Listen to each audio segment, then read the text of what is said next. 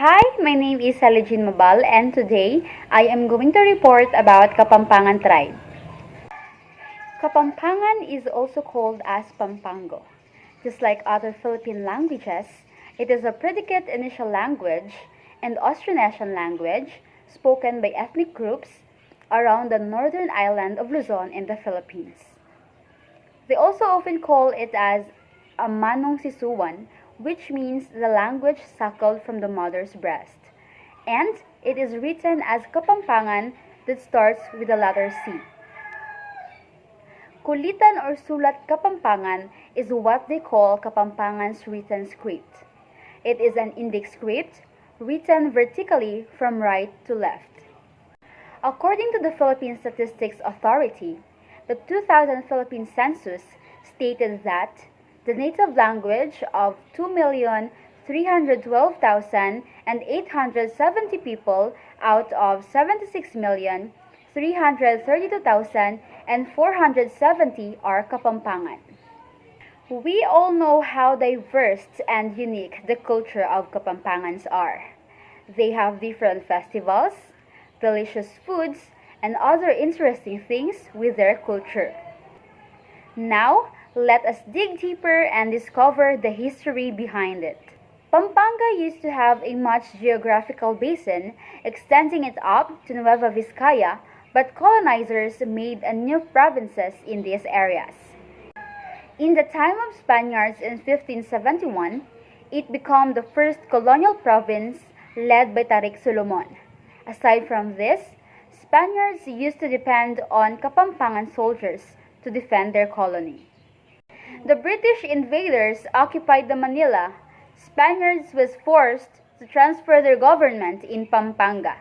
Kapampangan attacked the British camp and achieving the victory which resulted for the Spain to treat Pampanga as their favorite province and give the people privilege like allowing them to attain education.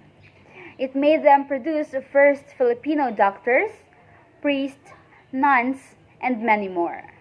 Did you know that the word Kapampangan is derived from the root word pampang, which means riverbank? The language was not popular in the country until the arrival of Spanish. Furthermore, Kapampangan stands out among many Philippine languages because of its unique uses of words. After all of this, Kapampangan had a flowering civilization. Although they still suffer from natural disaster like floods, volcanic eruptions, and more than that, it tested their compassion and braveness. They remain strong, and today, only the traces of the past can be seen in their traditions, history, and books. Moving forward to the cultures and beliefs of Kapampangan. Did you know that the Pampanga is well known for two things? First, for the delicious foods and the Christmas paroles. The sisig recipe in Pampanga is very popular. To name the few of the famous delicacies, these are rice cakes, tamales, torrones de casoy, and many more. Aside from the food, Kapampangan are also known for the beautiful and wonderful Christmas paroles in San Fernando, Pampanga. Just like other ethno-linguistic groups, the Kapampangans have rich costumes and traditions governing the rites of passage.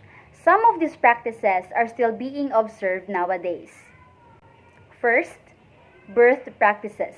In one of the barrios of Guagua, Pampanga, close relatives of a woman who is about to deliver a child, together with their neighbor, make noise like shouting, beating tin cans, and exploding firecracker in order to help expel the fetus faster. Second, baptismal rites practices. In many Kapampangan houses, the baby's baptismal dress serves as a souvenir and decoration for the sala. It is put on a frame and hung in the sala like a picture. Third, courtship and marriage. The pamanhikan, where the male, with the permission of the parents, is to visit the girl in their house. And last, death and burial. The wake lasts for at least 3 days and 2 nights, after which everybody participates in libing or interment. While the beliefs which have survived up until today are nuno, mangkukulam, tiyanak, duwende, at magkukutud.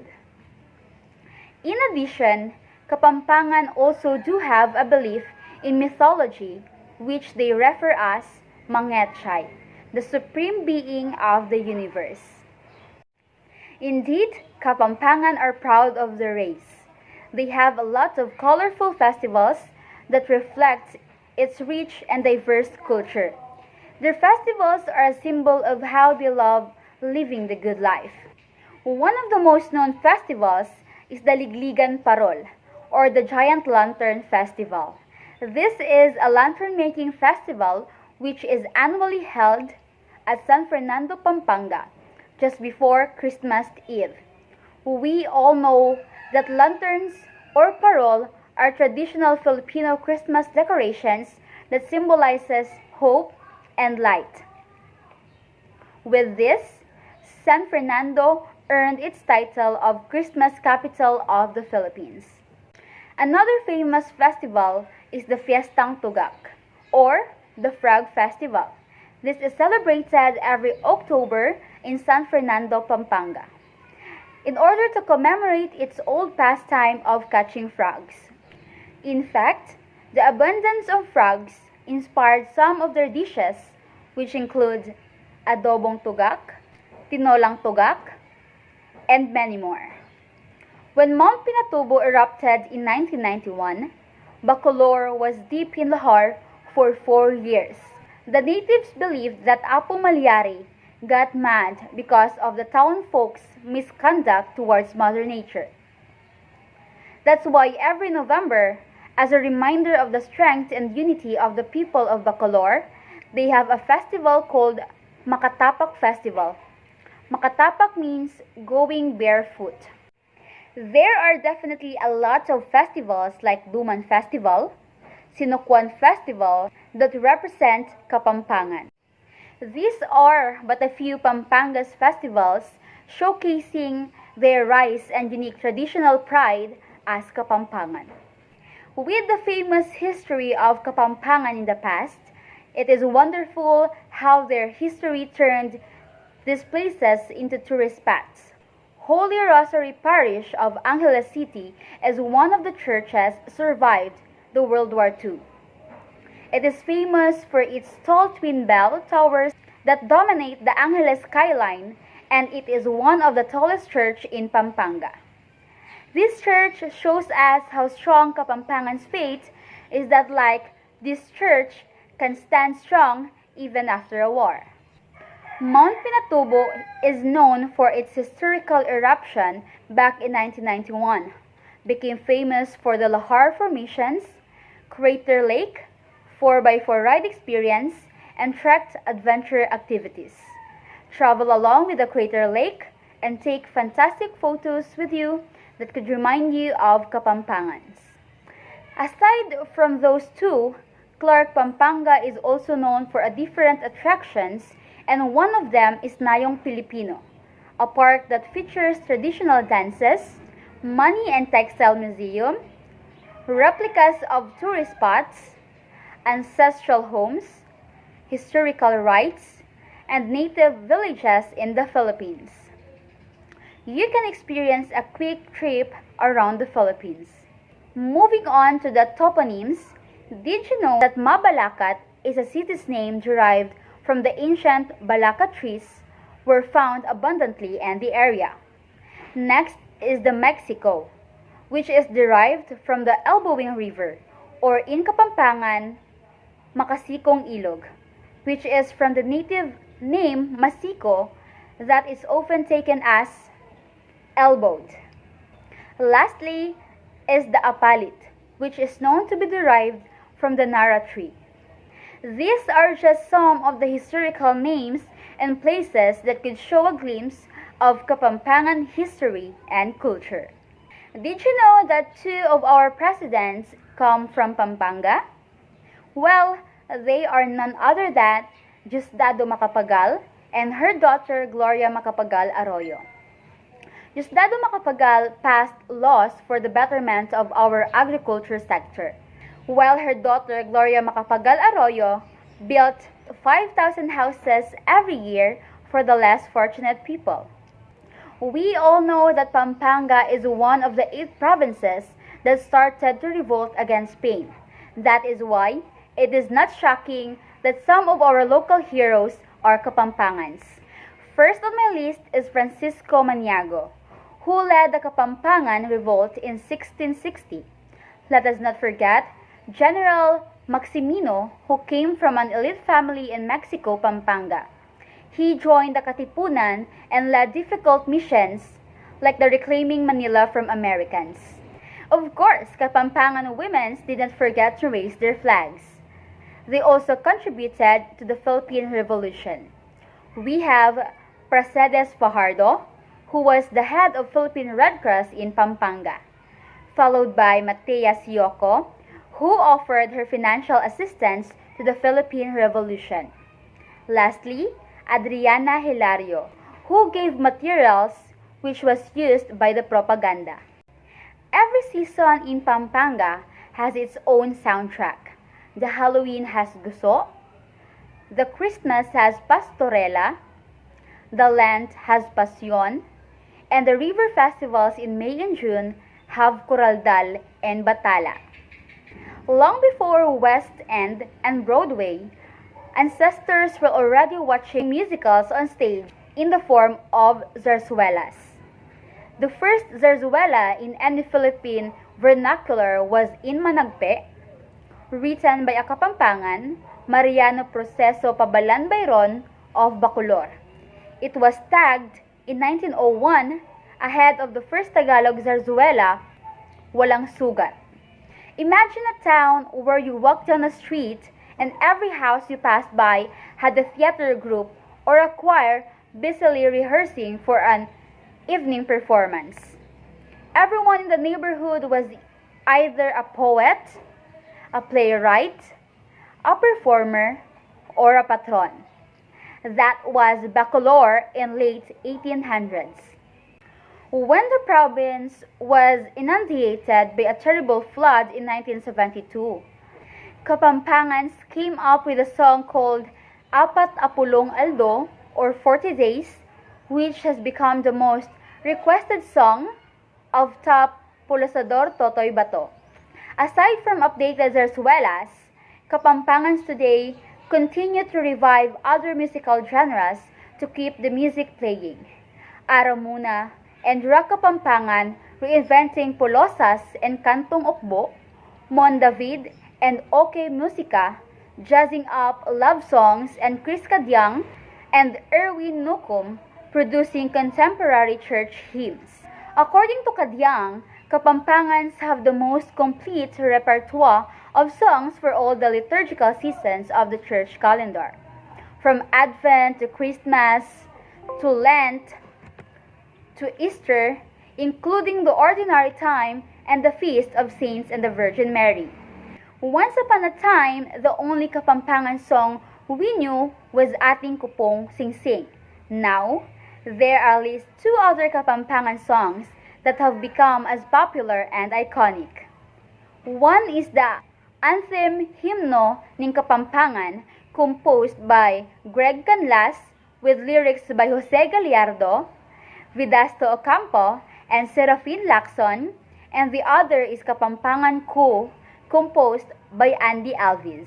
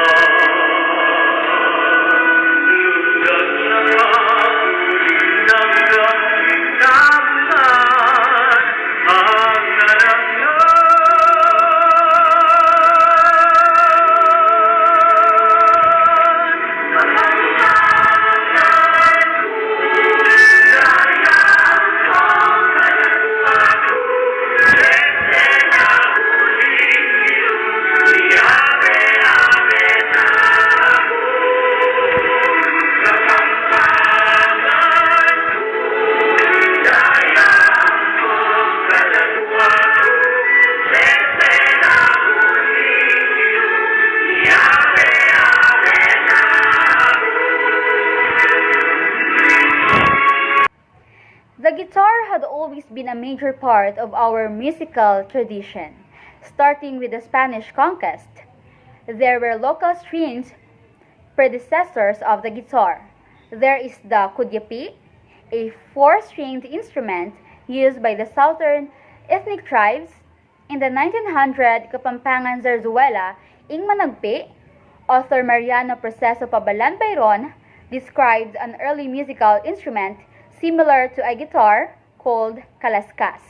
The guitarra became the favored main instrument when one performed harana, a form of courtship through a musical serenade. Guitar strumming swains sung to their objects of affection underneath their windows at night, aided by a coterie of instrumentalists. The kundiman, love ballads with musical structures formalized by Francisco Santiago and Nicanor Abiliardo, were sung to the perfect accompaniment of guitars at the turn of the 20th century. The organization of rondallas made the guitar even more popular with Filipinos. From 1905 to 1913, native string bands like Comparsa Joaquin, Rondalia Apollo, and Comparsa Cecilia worked the entertainment circuit, delighting audiences aboard push American liners with their rousing marches, waltz, opera pieces, as well as kundimans, even in Bacolor, Orchestra Palma, and the David family of musicians, always in demand for social functions and community events, had skilled guitarists in their group. Dancing is a way to express one's feelings, to activate oneself, and to maintain a healthy lifestyle. Dance has been a part of human history since the earliest records of human life. Many people around the world view life as a dance, from the eventual unfolding of social realities and the turn of the seasons, which are reflected in the unique dance of every culture. The history of dance reveals the changes in the way people see the world, relate to their bodies, and experience the cycles of life. The dance research Mga Moro aimed to determine the cultural richness, artistry, and ingenuity of the Kapampangan. It also aimed to show the Kapampangan's prevailing cultural values presented in the dance, resulting to an increased awareness of national identity. In the process, the description of Mga Moro cultural activity, instrumentation, costume and props, and choreography surfaced the potential of the creative dance for public performance, and inclusion in teaching physical education was also identified. Our Philippine dance tradition started long before the Spaniards reached our shores. When Magellan arrived in Cebu, chronicler Antonio de Pigafetta took note of the song and dance entertainment provided by the natives. Ritualistic dances such as those done by babaylans and the hunting dances of ethnic tribes are rare expressions of the Filipino soul. Indeed, there were dances for just about everything: birth, courtship, wedding, religion, death, and the coming of colonizers further enriched the choreography of our dances. From Spain came the jota, pandango, and habanera, while the French contributed the rigodon and the minuet. In Ilocos, a dance called Baingles was obviously adopted from Americans. No other Philippine dance is as frenetic as the Coraldal, a dance originally performed in Sasmuan on December 13 to honor its patron, Santa Lucia. They say it's Pampanga's counterpart of the Obando fertility dance in Coraldal. People dance not only for good health, but barren women also ask for babies. But Coraldal is wilder, characterized by swaying and jumping to the beat of Coraldal music. People dance non-stop, and the infectious beat can sometimes have a hypnotic effect on the participants, who enter a trance-like state while dancing 4 hours. The coraldal practice has also spilled over the other Pampanga towns like Betis, in which the 24 hand-pickled participants are expected to teach the dance to their children. The origin of coraldal is not really known. It may have originated from tribal dances that eventually melded into Christian rites, or the Augustinian missionaries may have introduced it as a part of their paraliturgical rituals in bringing the faith from inside the church to the outside community. Other dance performed in Pampanga is Katlo, which is also known in nearby Bulacan and Nueva Ecija, when hardworking lads came to help the rural lasses pound their palay on the mortar and pestle. A new dance was born, which couples moving to the beat of pounding rice, Katlo, was quickly transformed into a courtship dance ritual. Then, there's the Sapatya, originally presented by farmers during the harvest season. Characterized by graceful steps and hand movements, it is believed to have been derived from the Spanish zapateado, or shod with shoes. Sapatya has evolved into many versions, and there is one performed in Bacolor on the Pasig Potrero River, where ladies wearing buri hats dance precariously on a bangka. In Porac, the dancing of Sapatya is accompanied by the singing of Pulosa, further living up the moment.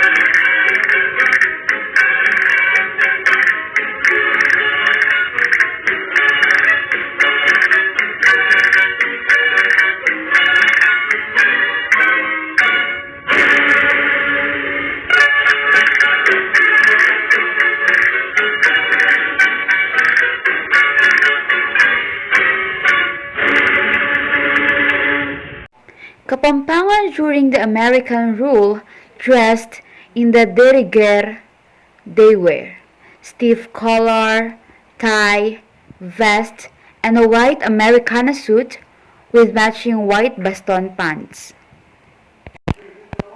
Oral tradition says that the early Kapampangans were from the Malays. They settled in scattered communities called barangays, ruled by the chieftains called datus, and residing along Rio Grande de la Pampanga. These Malays descendants brought their culture to Pampanga in terms of their industry, residence, clothing, and other aspects of their life. They also incorporated jewels, pearls, and gold on their clothing, which used woven fabrics. Clearly, we can see that Kapampangans will let themselves stand out in different situations. Their talents and wits are not limited in cooking instead. It is also evident in the Philippine history. Those are just some of the interesting facts about the history of Kapampangan culture. Indeed, it is safe to say that this culture has a lot more to offer. Again, this is Celegiene Mabal, a second-year student of University of Southern Mindanao, taking up Bachelor of Physical Education. Thank you for watching.